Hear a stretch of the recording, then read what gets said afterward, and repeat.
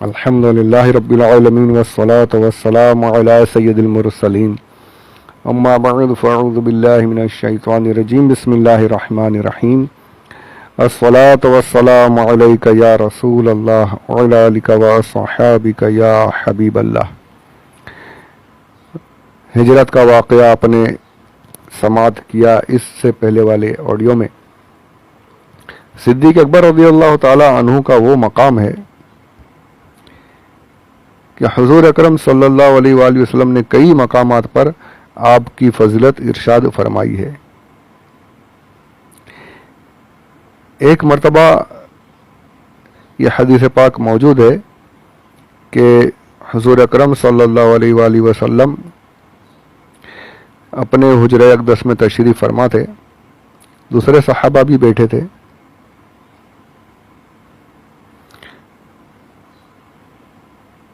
اتنے میں صدیق اکبر رضی اللہ تعالی عنہ تشریف لائے اور آپ کے چہرے پر کچھ پریشانی کے، غم کے آثار تھے۔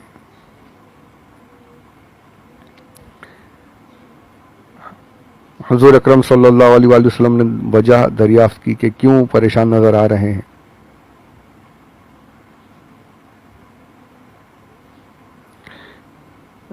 آپ نے عرض کی یا رسول اللہ علیہ الصلوۃ والسلام، میرے اور عمر کے بیچ میں، حضرت عمر بن خطاب رضی اللہ تعالی عنہ، فرمایا ہم دونوں کے بیچ میں کچھ کہا سنی ہو گئی ہے، کسی بات پر کچھ ناچاکی جیسی بات ہو گئی ہے، میں نے بھی انہیں کچھ کہہ دیا، انہوں نے بھی مجھے کچھ کہا، ہم دونوں ایک دوسرے سے غصہ ہو گئے، پر مجھے بعد میں ندامت ہوئی، مجھے افسوس ہوا کہ میں نے ایسا کیوں کیا۔ میں عمر کے پاس گیا اور میں نے ان سے معافی مانگی، ان سے کہا کہ مجھے معاف کر دو، صلح صفائی کر لو، اسے چھوڑ دو، جو جھگڑا ہوا اسے ختم کرتے ہیں۔ پر عمر نے میری بات نہیں مانی اور مجھ سے ابھی بھی ناراض ہی ہیں، اس لیے میں آپ کی خدمت میں حاضر ہو گیا ہوں۔ یعنی غم ہے، مجھے اس بات کا غم ہے کہ میں نے عمر کو کچھ بول دیا، ہم دونوں کے بیچ میں جھگڑا ہے، اور انہوں نے ابھی بھی مجھے میرے معافی مانگنے کے باوجود بھی وہ راضی نہیں ہے مجھ سے۔ آپ نے یہاں پر یہ کہا، اور وہاں حضرت عمر رضی اللہ تعالی عنہ کو بھی احساس ہوا کہ ہاں یار غلط ہو گیا ہے، ابو بکر نے تو مجھ سے معافی مانگی بھی ہے پر میں نے صلح صفائی نہیں کی، تو آپ کو بھی ندامت ہوئی، اور آپ حضرت ابو بکر صدیق رضی اللہ تعالیٰ عنہ کو ڈھونڈنے لگے، کہاں ہے کہاں ہے۔ لوگوں نے بتایا کہ وہ حضور اکرم صلی اللہ علیہ وآلہ وسلم کے ساتھ آپ کے کاشانہ اقدس میں ہیں۔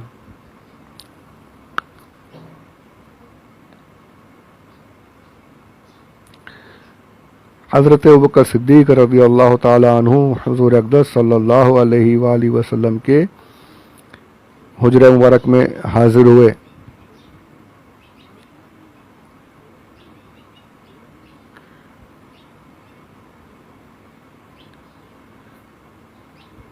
اور جب حضور نے حضرت عمر رضی اللہ تعالی عنہ کو دیکھا تو کتابوں میں یہ الفاظ موجود ہیں کہ غصے کی وجہ سے، جلال کی وجہ سے حضور اکرم صلی اللہ علیہ وآلہ وسلم کا چہرہ اقدس سرخ ہو گئے، یعنی بالکل ناراض ہو گئے سرکار۔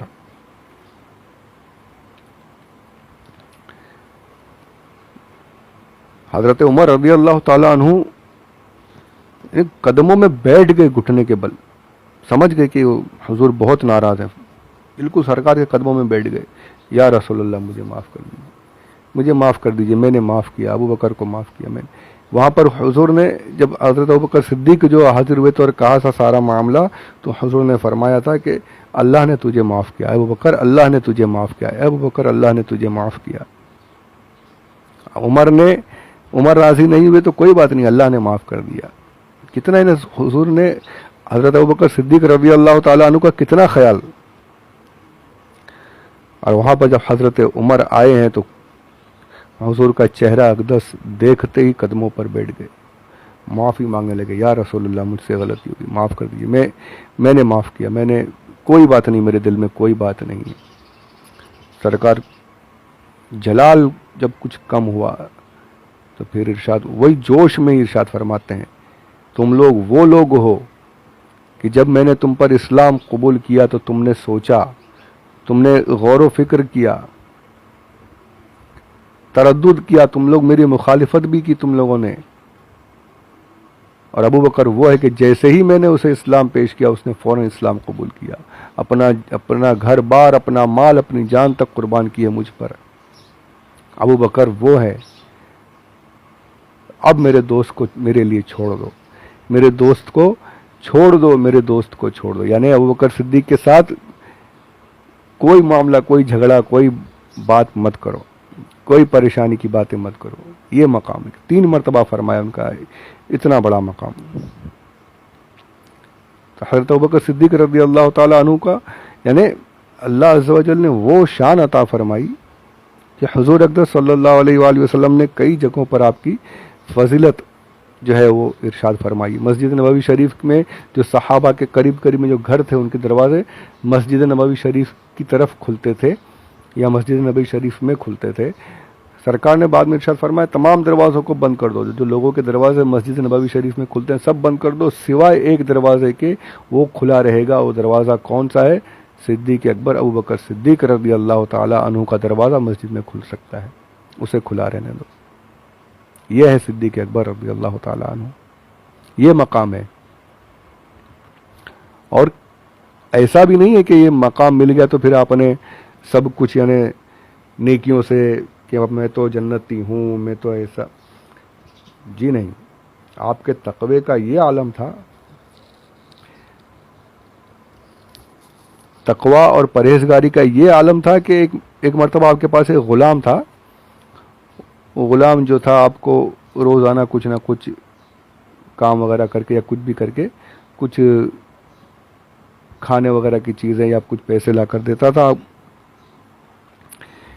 ایک دن اس نے کچھ کھانے کی چیزیں لے کر آئی، آپ کے سامنے رکھی۔ صدیق اکبر رضی اللہ تعالیٰ عنہ یعنی بھوک سے پریشان تھے، آپ نے ایک نیوالا اٹھایا، اس میں سے کھا لیا۔ وہ غلام کہتا ہے کہ اے میرے آقا، آپ روزانہ مجھ سے پوچھتے تھے کہ میں نے کہاں سے لایا، کیا یہ کہاں سے کمایا، آج آپ نے پوچھا نہیں۔ صدیق اکبر ایک نیوالا کھا چکے تھے، ارشاد فرمایا اب بتا دے، جب بول رہا ہے تو بتا دے کہاں سے لایا ہے۔ تو یہ کہتا ہے کہ زمانہ جاہلیت میں یعنی اسلام سے پہلے میں ایک جگہ سے گزر رہا تھا، اس قبیلے والوں میں سے اس کے سردار جو تھا یا اس کا ان میں سے ایک آدمی کو کچھ بیماری تھی، کچھ تکلیف ہو رہی تھی۔ میں نے اسے زمانہ جاہلیت کے منتر وغیرہ جو تھے میں نے وہ پڑھ کر اس پر دم کیا، وہ اچھا ہو گیا۔ میں نے اس پر دم کیا تھا، ان لوگوں نے کہا کہ تو نے اسے اچھا کر دیا ہے، اور تیرا جو ہم تجھے کبھی نہ کبھی کچھ نہ کچھ یعنی ہماری طرف سے دیں گے، ابھی اس وقت ہمارے پاس نہیں ہے پر ہم تجھے ضرور کچھ دے دیں گے اس جو علاج تو نے کیا اس کی بنا پر۔ اب وہ کہتا ہے کہ آج میں اسی طرف سے گزرا تو ان کے اسی قبیلے میں شادی ہو رہی تھی، شادی میں انہوں نے مجھے دیکھا، پہچان لیا کہ ہاں یہ تو وہی ہے جس نے دم کیا تھا، پھونکا تھا، تو ہمارا وہ بھائی مطلب یعنی قبیلے والا اچھا ہو گیا تھا، تو اسے کچھ دینا ہے۔ تو ان لوگوں نے مجھے یہ کھانے کی چیز دی ہے جو میں کھانا آپ کی خدمت میں لے کر آیا ہوں۔ صدیق اکبر کہتے ہیں تو نے مجھے ہلاک کر دیا، تو نے مجھے ہلاک کر دیا۔ کیوں؟ کیونکہ اس نے جو پڑھا تھا وہ منتر تھے، جو اس زمانہ جاہلیت کے مشرکانہ منتر وغیرہ تھے، وہ پڑھ کر اس نے پھونکا تھا اور اسی کی کمائی تھی۔ آپ کہتے ہیں تو نے مجھے ہلاک کر دیا۔ کھڑے ہو گئے فوراً اور اپنے حلق میں انگلی ڈال کر الٹیاں کرنا شروع کر دی، قے کرنا، جو ایک نوالا آپ نے کھایا تھا اسے نکالنے کے پیچھے لگ گئے کہ پیٹ میں نہ رہ جائے، انگلی ڈال کر نکال رہے ہیں، بالکل یعنی تکلیف کے ساتھ۔ اور ظاہر بات ہے جب بدن انسان کے ہم اگر اپنے حلق میں انگلی ڈالیں تو کتنی تکلیف ہوتی ہے، سب کو پتہ ہے۔ الٹی جو آتی ہے کوئی آسان کام نہیں ہے، پورا بدن ہل کر رہ جاتا ہے، آنکھوں سے پانی اور بالکل کلیجہ بولتے ہیں کلیجہ منہ کو آ گیا، اس طریقے سے تکلیف ہوتی، بہت تکلیف۔ اور آپ ایک مرتبہ نہیں بار بار انگلیاں ڈال رہے ہیں کہ وہ نوالا جو ہے وہ پورا باہر آ جائے، وہ ایک نوالا جو آپ نے کھایا ہے وہ پورا باہر آ جائے، یہاں تک کہ الٹیوں سے جب کچھ حصہ آیا, کچھ ابھی بھی آپ کو لگا کہ پیٹ میں ہے, تو پانی کا یعنی غرارہ کرنے لگے, پانی اپنے حلق میں ڈال کر اور تکلیف سے یعنی کہ کسی بھی طریقے سے اس ایک نوالے کے ذرے ذرے کو آپ پیٹ سے نکالنے لگے کہ میرے پیٹ میں وہ حرام کا لقمہ نہ رہ جائے. لوگوں نے کہا اے ابو بکر صدیق, آپ ایک لقمے کے لیے اتنی تکلیف برداشت کر رہے ہیں, اتنا کرب برداشت کر رہے ہیں, اتنی تکلیف دے رہے ہیں اپنے آپ کو, ایک نوالا ہے. کہتے ہیں کہ میں نے رسول اللہ صلی اللہ علیہ وآلہ وسلم سے سنا ہے کہ جو بدن حرام سے بڑا ہوتا ہے, حرام سے نشنوا پاتا ہے, حرام سے جس بدن میں طاقت آتی ہے, وہ بدن جہنم کی آگ میں جلایا جائے گا. تو میں نہیں چاہتا کہ میرے بدن کو اس ایک نوالے سے کوئی فائدہ پہنچے اور مجھے آگ کی تکلیف ہو. میں اگر مرتا ہوں تو مر جائے, تکلیف برداشت کر کر کے مرتا ہوں تو مر جاؤں, چلے گا, لیکن اپنے پیٹ میں اس حرام کے لقمے کو نہیں رہنے دوں گا. اللہ اکبر, اللہ اکبر, اللہ اکبر. یہ ہے ابو بکر صدیق رضی اللہ تعالی عنہ کا تقوی, جو قطعی جنتی ہیں, اس کے باوجود تقوی کا یہ عالم کہ ایک نوالا بھی اپنے پیٹ میں حرام کا نہیں رہنے دے رہے, ایک ذرہ بھی نہیں رہنے دے رہے. اور آج ہمارا حال کیا ہے, آج مسلمان کس راستے پر چل رہے ہیں, ذرا سوچئے. ایک نوالا اگر, ایک لقمہ اگر پیٹ میں رہ جائے حرام کا, تو 40 دن تک دعائیں قبول نہیں ہوتی, عبادتیں قبول نہیں ہوتی. آج مسلمانوں کا حال کیا ہے, سوچنا ہی ختم ہو چکا ہے, سوچ ہی ختم ہو چکی ہے کہ کیا صحیح ہے کیا غلط ہے. جیسے بھی مال آئے بس آنے دیجیے. اللہ عز و جل ہمیں اپنے پیاروں کے صدقے و طفیل میں, ان اسلاف کے, ان بزرگوں کے صدقے و طفیل میں ہمیں صحیح معنوں میں اسلام کی پیروی کرنے کی توفیق عطا فرمائے. آمین بجاہ نبی الامین صلی اللہ علیہ وسلم. ہم سب کو اللہ حلال رزق عطا فرمائے, اس رزق میں برکتیں عطا فرمائے, حرام سے ہم سب کی حفاظت فرمائے مولا کریم. صدیق اکبر رضی اللہ تعالیٰ عنہ کے نقش قدم پر, تمام صحابہ کے نقش قدم پر چلنے کی توفیق رفیق عطا فرمائے. آمین بجاہ نبی الامین صلی اللہ علیہ وآلہ وسلم. تو انشاءاللہ اس سلسلے کا اگلا حصہ انشاءاللہ اس کے بعد والے آڈیو میں سماعت فرمائے. اللہ عز و جل ہمیں سننے, یاد رکھنے, عمل کرنے, دوسروں تک پہنچانے کی توفیق رفیق عطا فرمائے.